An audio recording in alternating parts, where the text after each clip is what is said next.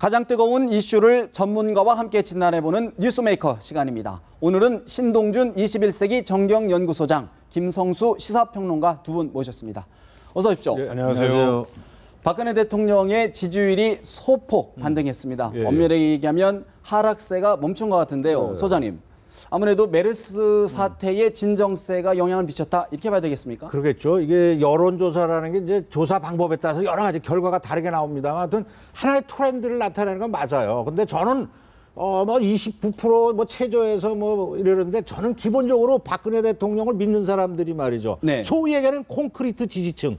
예? 30%. 30% 이상이다. 저는 한 40%로 봐요. 리얼미터든 갤럽이든 나온 거 저는 이게 너무 좀 아래로 깎아서 내리는 게 아닌가. 왜냐하면 지금 박근혜 대통령께서 열심히 말해요.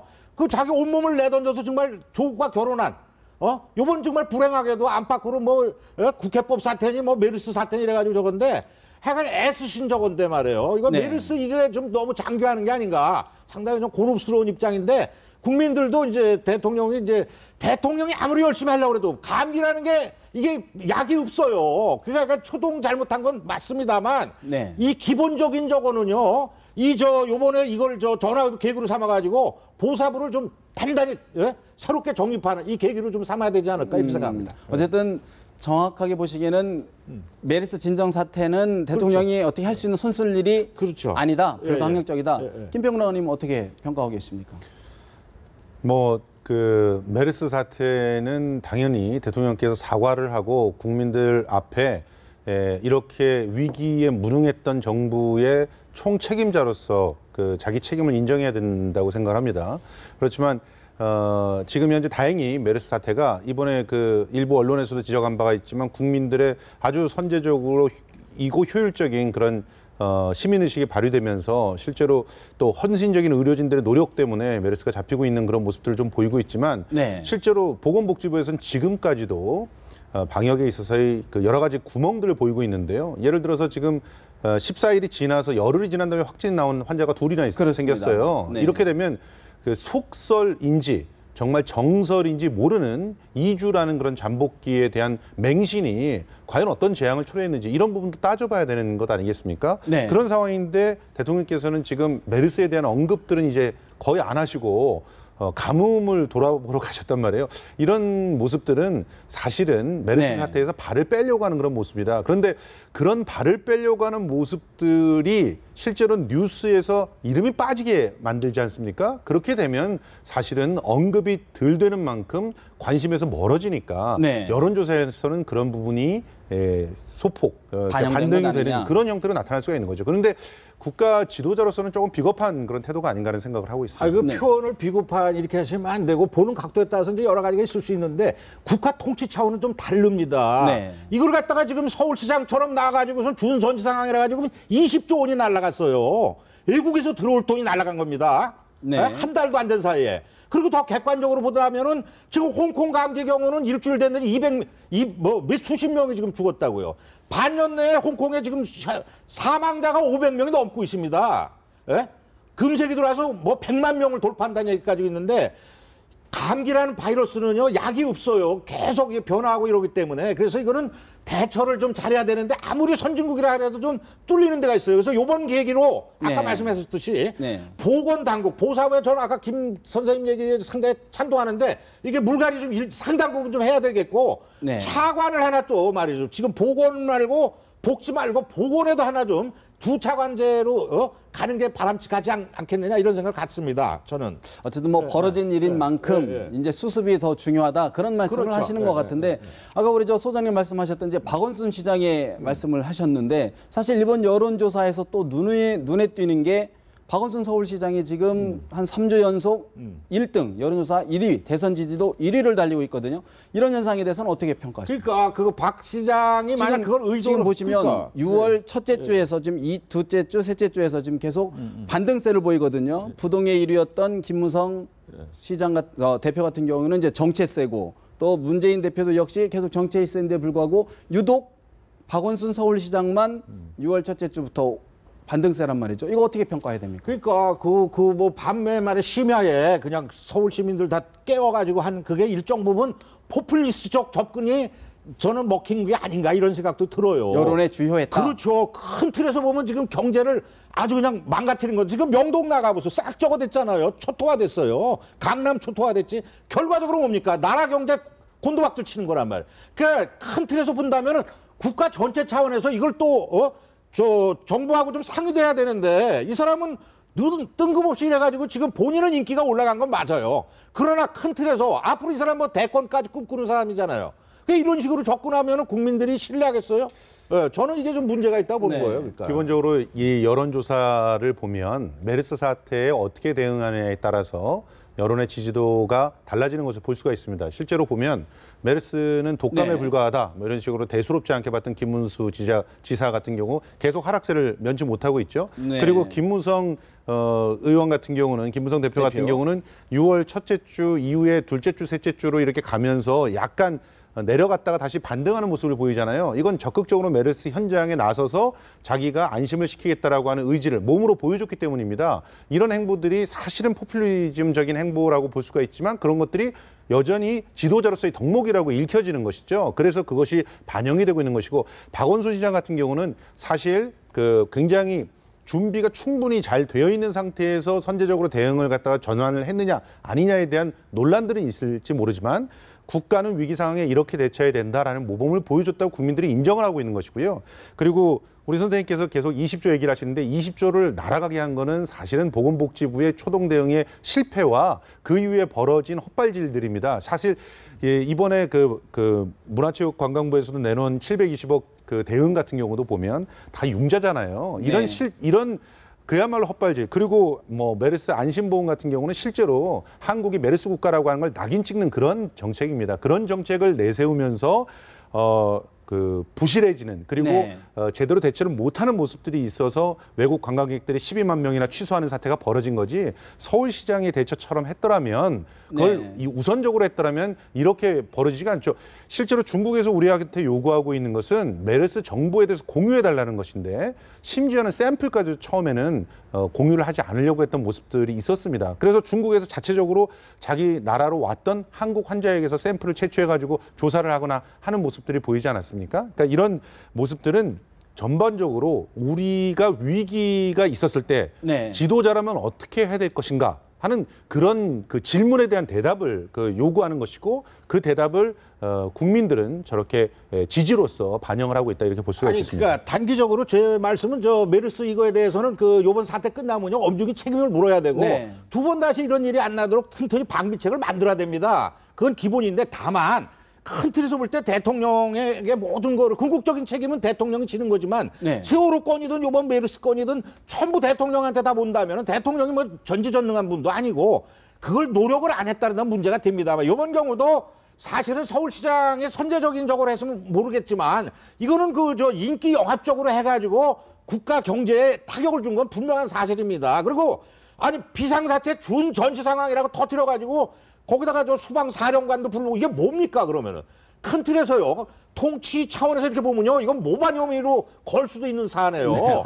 그렇지 않습니까? 어떻게 수경사령관은 국군 통수권자의 대통령령만 들어야 되는데 다 불러가지고 이거 뭡니까 이래가지고 이래가지고 전부 전치 상황 맺는 거 아닙니까? 일정 부분 박원순 시장이 이번 메르스 사태에 전환점을 만든 건 틀림없는 것 같습니다. 정보 공개에 전환점을 맞는데 그 과정에서 과연 그런 표출 방식, 의견을 전달한 방식이 적절했는지 여부는 좀 더 평가를 해봐야 될 부분인 것 같고요. 또 하나 짚어봐야 될 부분이 있습니다. 사실 이제 박원순 서울시장, 김무성 새누리당 대표는 적극적인 메르스 행보를 해서 지지율이 소폭 상승하거나 반등세를 유지하고 있는데 불구하고 문재인 대표 상대적으로 노력하고 있는데 지지율이 좀 계속 급락세를 면치 못하고 있는데요.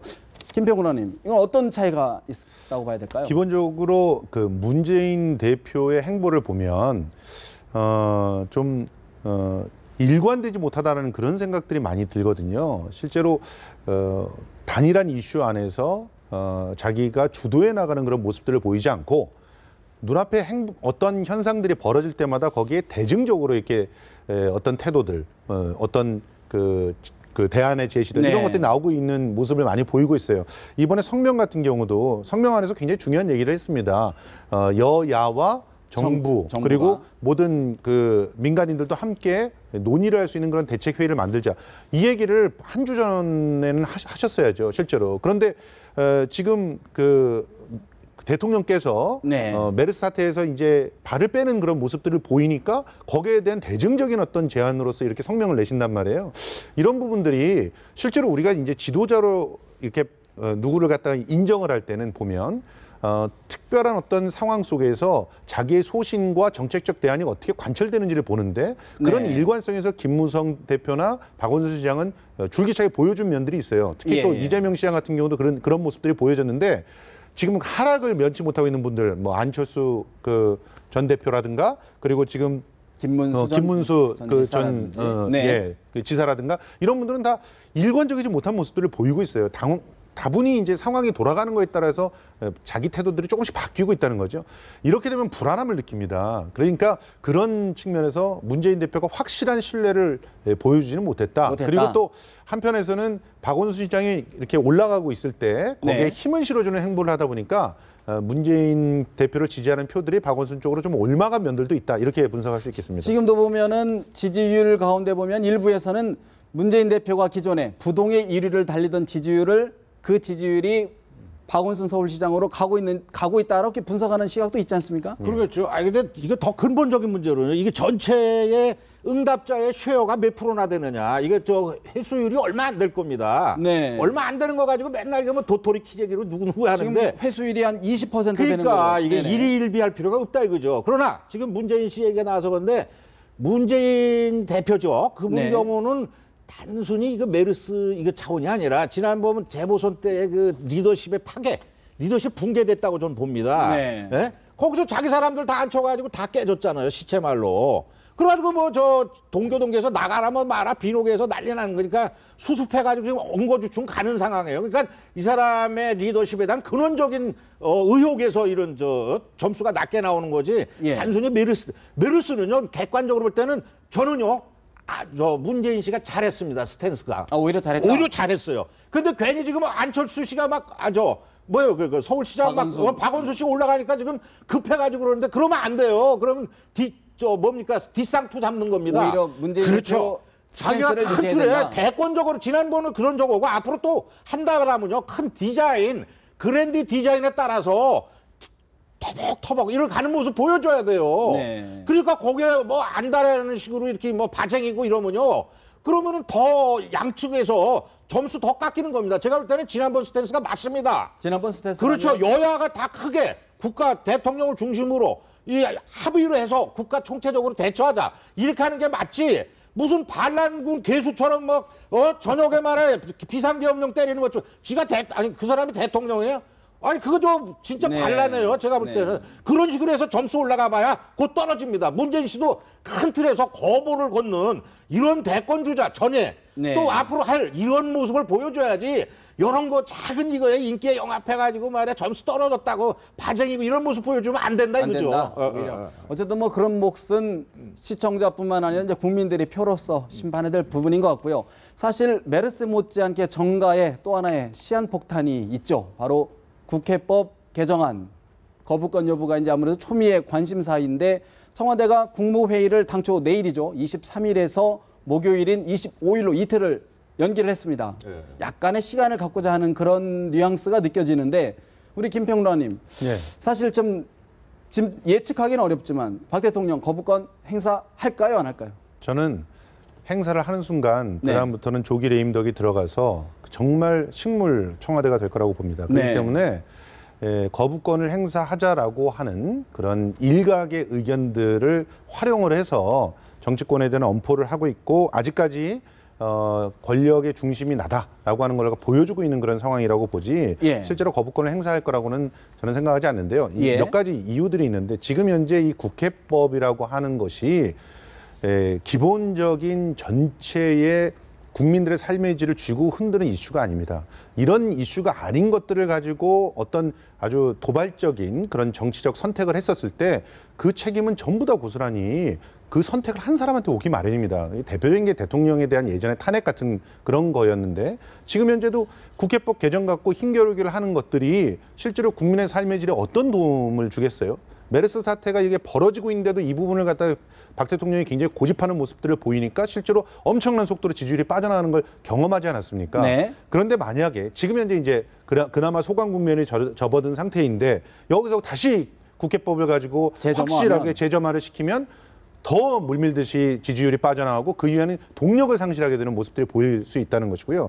그리고 두 번째로 지금 현재 국회법에서 합의라고 하는 건 사실 그렇거든요. 내가 100% 마음에 들지 않더라도 서로가 양보를 하면서 합의를 하는 모습들이 보이는 게 정치입니다. 그런데 실제로 지금 그 청와대에는 통치가 있을 뿐이지 정치가 없다는 비난까지 나오고 있고 네. 그런 부분은 외신에서도 공격하고 있는 상황인데 지금 말 한마디 바꾼 거에 불과하다라고 하지만 실제로 국회의장이 중재를 해서 합의를 했잖아요. 네. 이거는 의회라고 하는 것이 가동하고 있는 모습들을 보여주고 있는 것이고 대통령의 입장에서 의회를 존중한다고 한다면 아무리 의회에서 자기가 보기에 굉장히 자질 없는 사람들이 모여서 이합 집산을 하는 것처럼 보이더라도 의회를 존중하는 모습들을 보여준다면 거부권 행사 같은 건 뒤로 미루고 차라리 다시 물밀 접촉을 해서 한 번 더 합의를 하게끔 만드는 것이 더 바람직한 그런 태도라는 일각에서는 것이죠. 대통령과 여당 지도자들이 좀 회동을 해서 그렇죠. 뭐 그런 방법은 어떻게 보십니까? 충분히 그런 부분들이 훨씬 더 설득력이 있는 것이고 국민들로 하여금요 안심을 할 수 있게 만드는 겁니다. 대통령께서 이렇게 고집을 갖다 세우고 있는 것이 있었지만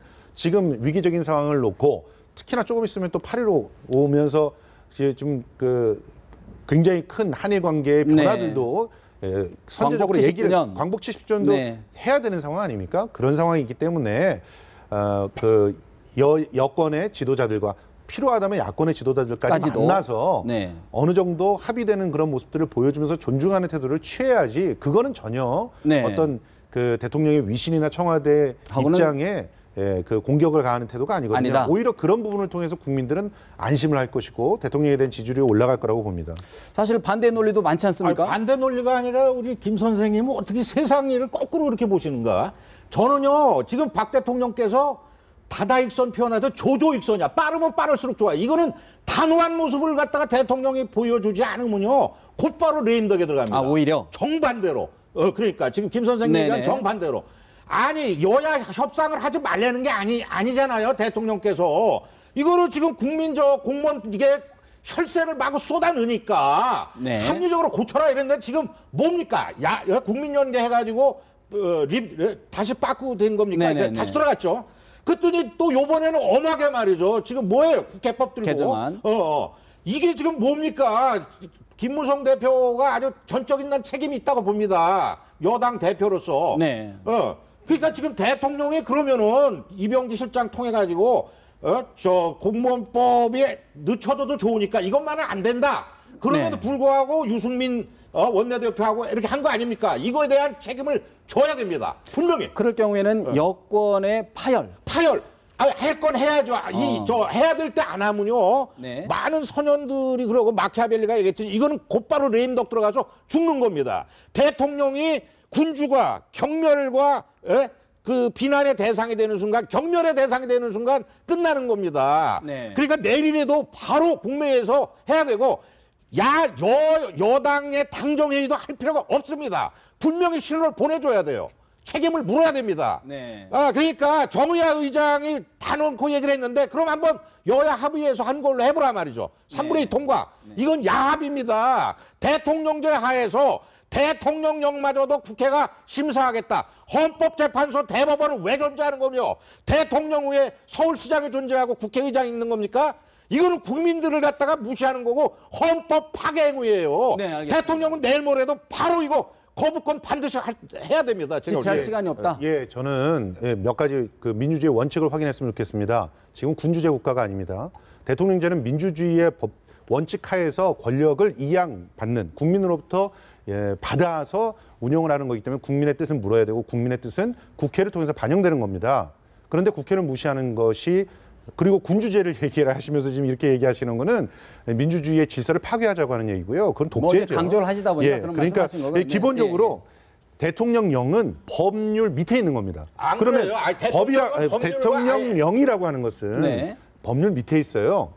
헌법 밑에 법률이 있고 법률 법률 밑에 체계상 그렇다는 시행령이 말씀이시죠. 있죠. 네. 그러면 당연히 법률에 준해서 대통령령이나 시행령이 나와야 되는 것인데 그러지 네. 못했다고 한다면 이런 부분에 대해서 다시 한번 재고를 하라. 그 정도를 요구하는 게 국회가 없다면 이건 상권 분립이 아니죠. 아니 네. 삼권 분립에서 국민을 네네. 대표하는 게 의회도 있고 대통령도 있습니다. 우리나라는 의원 내각제가 아니라 대통령제입니다. 왜 대통령제냐? 미국의 대통령도 그렇고 로마 시대의 딕타토르도 그렇고 위기 시에 대통령제가 원활하기 때문에 그걸 시켜주는 거예요. 네. 지금 우리 남북 대치 상황 아닙니까?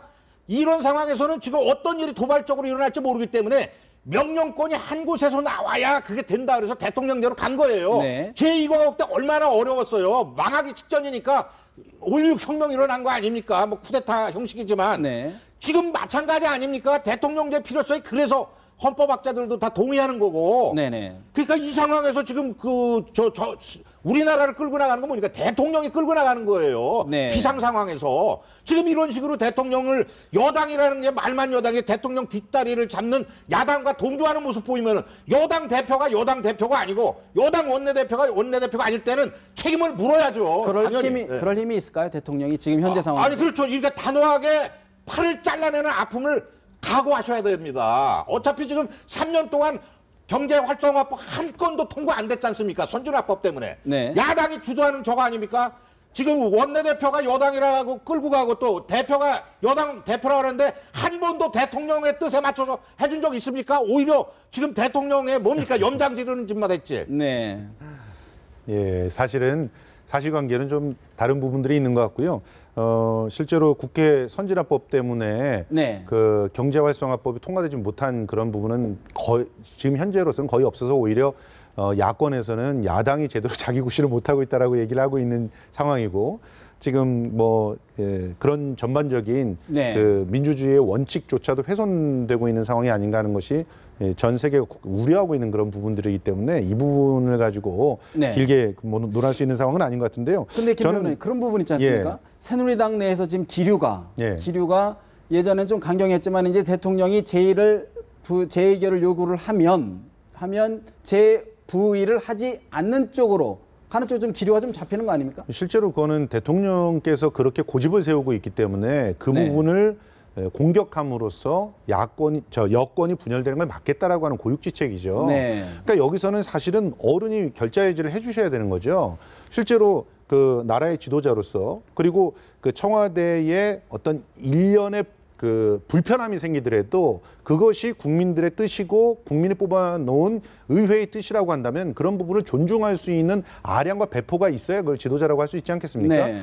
지금 이 국회에서 얘기되고 있는 시행령과 관련되는 국회법 때문에 지금 현재 만들어 놓은 시행령이 훼손될 일도 없고요. 앞으로 나오는 시행령들이 국회의 의도에 의해서 좌지우지 될 수 있는 가능성도 거의 없습니다. 실질적으로 이런 요청 정도의 말로 실질적인 어떤 그 강제력이 없다는 거죠. 그거는 이미 법률 전문가들이 다 얘기를 하고 있는 상황 아닙니까? 그렇기 네. 때문에 이런 사소한 문제 때문에 그 자꾸 국회를 공전시키고 갈등으로 몰아가는 거는 바람직 않다. 자신을 지지하는 세력들을 강화시킬 수 있는 포퓰리즘이 될 수 있을지 몰라도 나라 전체를 생각할 때는 절대로 바람직하지 못하고요. 않다. 그리고 특히나 지금 위기 상황 아닙니까? 우리 소장님께서 말씀하신 대로 북한은 우리한테 지금 현재 어떻게 위기로 구체화되어 있지는 않지만 메르스 때문에 진짜 국가 위기입니다. 이런 위기 상황에 당연히 대통령께서 나서서 일을 하셔야 되는데 대통령은 눈에 물대고 계시고 그리고 실제로 그 앞에서 싸워야 될 그런 전선의 지도자는 보이지 않는단 말이에요. 책임질 사람은 아무도 없는 상태로 놓고 국회법에 대해서는 이렇게 강력하게 얘기하시면서 지도자의 힘을 줘야 된다라고 얘기하는 건 어불성설이라고 생각합니다. 소장님 잠깐만요. 사실은 그런 경우 이제 새정치민주연합에서는 지금 예를 들어서 대통령이 거부권을 행사할 경우 유승민 원내대표를 사퇴를 요구했습니다. 사퇴를 요구한다는 거는 더 이상 협상하지 않겠다는 의미인데 대야 관계는 어떻게 해요? 그러니까 이종걸 이 양반이 책사예요. 제가 볼 때 모사꾼이고. 그러니까 여당 내 그거를 이제 꽃놀이패로 즐기는 거예요. 이래도 좋고 저래도 좋은 거고. 그러니까 여당 내 분란을 야기하는 거고 되면 좋고 말이에요. 근데 지금 1차적으로 야당도 사정이 복잡합니다만은 여당의 이 경우는 지금 대통령이 있기 때문에 여당인 거죠. 그러니까 다수당의 여당인데도 지금 제 역할을 못하고 있지 않습니까? 이거에 지금 대통령 요번마저도 이런 식으로 가면 안 됩니다. 지금 뭐들 지금 하나 제대로 할 수 있는 게 없어요. 인선 문제든 경제 정책 문제든. 그 요번에 아까 말씀드렸듯이 대통령이 왜 대통령 뽑습니까? 이런 저거에 단호하게 리딩을 하라, 끌고 나가달라 이런 부탁 아니에요? 그러려면 사실은 여론의 광범위한 지지가 있어야 그렇죠. 국회를 좀 압도할 텐데 그렇죠. 지금 보시면 여론의 지지가 사실은 30%, 또 뭐 높게 봐야 30% 초반대인데 이 여론으로 압도할 수 있을까요? 아니 고경우는 지금 저 여론조사에 이거를 정확하다라는 걸 전제를 하는데 저는 그 부분에 좀 문제가 있다래가고 네. 여론에 지금 저 포인트 타겟팅 할 때 말이죠. 점을 찍어가지고 이 국회법이 잘 된 거냐 뭐냐 할 때는 지금 70% 가까이가 문제가 있다. 우연이다. 헌법학자들 내도 약간의 의견이 있지만 다수설은 우연이다 이렇게 보고 있어요. 요구를 요청으로 바꾼 게 어떻게 그 합리적인 의견입니까? 이게 지금 정의와 의장도 아주 책임이 크다고 저는 보는데 지금 요번 사태의 경우 그냥 간과해서 그냥 넘어가면요. 네. 대통령이 대통령답지 못하고 이거는 노노의 공자님은 뭐라고 했어요? 아버지가 아버지답지 못하고 군주가 군주답지 못하면 그 가정과 그 국가는 망한다고 그랬습니다. 대통령의 지금은- 모습을 단호하게 보여주셔야 돼요. 지금은 군주의 나라가 아니니까요. 그리고 아니, 군주의 나라는 똑같다. 잠시만요. 예, 예, 네, 예. 소장님. 기본적으로 이 국회법을 가지고 여론조사라는 건 굉장히 적절하지 못합니다. 요청과 요구가 법률적인 상황에서 해석될 때 어떤 차이가 있는지도 사실 대다수의 국민들은 알지 못한 상황에서 이걸 여론조사에서 뭘 한다는 것은 대통령께서 지금 일을 잘하고 있습니까? 못하고 있습니까를 여론조사하는 것보다 훨씬 더 원래의 의미들을 제대로 반영하기 어려운 여론조사이기 때문에 그거는 사실은 우리가 근거로 삼기가 굉장히 어렵다고 생각하고요. 예. 지금 중요한 것은 이 국회법이라고 하는 것 때문에 자꾸 발목을 잡히는 다른 일정들이죠. 그래서 빨리 이 부분은 해결을 하고 넘어가야 된다고 보고 특히 유승문 원내대표와 네. 김무성 대표의 투톱 체제에 대해서 뭐 일각에서는 여러 가지 말들이 많지만 실제로 그 넓은 측면에서 보면은 의회 정치를 살리기 위해서 유승민 대표가 하는 일들은 굉장히 원칙주의적인 일들을 많이 하고 있습니다. 그런 부분들은 민주주의의 성숙에 어떤 도움이 되는 그런 일들이라고 생각하고요. 저는 야권에도 저런 원내대표가 있어야 마땅히 야권이 더욱더 성장할 수 있다고 생각을 하는데 그런 부분들을 존중받지 네. 못하는 일들이 정치 안에서 이루어진다. 이거는 상당히 비극이죠. 네. 우리 김 선생님 아까 쓰리 쿠션으로 그냥 그 여당 대표하고 원내대표를 네. 칭찬하시는 것 같은데 지금요 대통령이 저 경제 입법 관련법이든 뭐든 제대로 해서 뭐 좀 하려고 그러는 게 하나도 통과된 게 없고요. 되는 게 네. 없습니다. 네. 요번에 국회법 같은 경우는 지금 최악의 입법이라 이렇게 보는데 이거를 어떻게 국회 내부의 법을 가지고 대통령령은 헌법학자들에게 법률에 준하는 그런 법령인데 이걸 갖다가 전부 국회 승인 받으려면은 대통령 위에 국회가 존재하겠다는 얘기 아닙니까? 네, 알겠습니다. 이 부분은 어쨌든 대통령이 일단 25일까지 시점을 연기를 했고 여러 선택지를 가지고 좀 충분한 고민이 이루어질 것으로 보여지고요. 단 하나만 딱 짚고 더 넘어가겠습니다. 새정치민주연합 내부가 복잡합니다. 특히 지금 사무총장 인선을 놓고 굉장히 아직 가닥을 못 잡는데요. 김평균 의원님, 예. 최재성 카드 왜 안 받아들여지는 겁니까? 지금 최재성 그 사무총장이 들어서는 순간 네. 공천이 친노계에 의해서 이루어질 것이다라고 하는 것이 너무 자명하기 때문인데요. 이럴 때는 이거 똑같은 얘기인데요. 문재인 대표 야권의 지금 현재로서 가장 어른이지 않습니까? 최고 지도자죠. 그러면 네. 그 지도자로서 아량과 덕목을 발휘를 해야 되는 거 아니겠습니까? 그런데 왜 사무총장을 그렇게 고집하고 있을까요? 그거를 차라리 그 내부에다가 충분히 의견을 묻고 네. 정말 민주적으로 사무총장들을 뽑을 수 있게끔 하거나 아니면 그 중진들을 모아서 그 중지를 모아서 일들을 갖다 처리할 수 있게끔 해주는 것이 바람직하지 않은가 생각이 들고요. 실제로 지금 혁신위도 제대로 굴러갈 수 있으려면 네. 지금 또 역시 이거 국회법 갖고 그 붙잡고 있는 청와대랑 비슷한 모습이에요. 사무총장 갖고 연연할 필요가 없다고 생각이 됩니다. 굳이 연락할 필요. 예.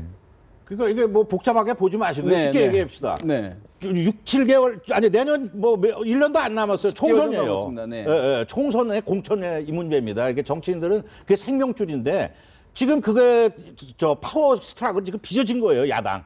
조만간 이종걸 대표하고 이제 두 사람이 이제 상징적인 인물인데 권력 게임이다. 그렇죠. 그렇게 보여요. 여당도 마찬가지입니다. 여당도 지금 김무성 대표가 공천권 쥐고 있다 그러는데 이거 가지고 지금 뭐 뒷말로 얘기하면 장난하는 거 아닙니까? 제가 볼 때는 원내대표하고 이래 가지고 장난하는 거예요. 줄 서 아니면 공천 안 준다. 이거 아닙니까? 살아있는 권력, 미래 권력이다 그래가지고 여론에서 이렇게 뜨고서 뭐 언론에서 도와주고 그러니까 정신이 없어요. 이러면 안 됩니다. 지금 3년이나 임기 남았는데 저도 저 국회 출입기자 10년 넘게 하고 그랬지만 이런 상황 처음 봐요. 지금 네. 여자 대통령이라 깔보는 겁니까? 대통령께서 이번에 단호하게 거부권 행사하고 저 정계 개편 구도로 들어가야 됩니다. 제가 볼 때는. 알겠습니다. 사실 전국이 급박하게 돌아가고 있는 상황이 온 만큼 텔미 없고요. 메르스 전국 종식이 된 뒤에 또 숨가쁘게 진행될 것 같습니다. 대담 여기서 줄여야 될 것 같습니다. 두 말씀 고맙습니다. 고맙습니다.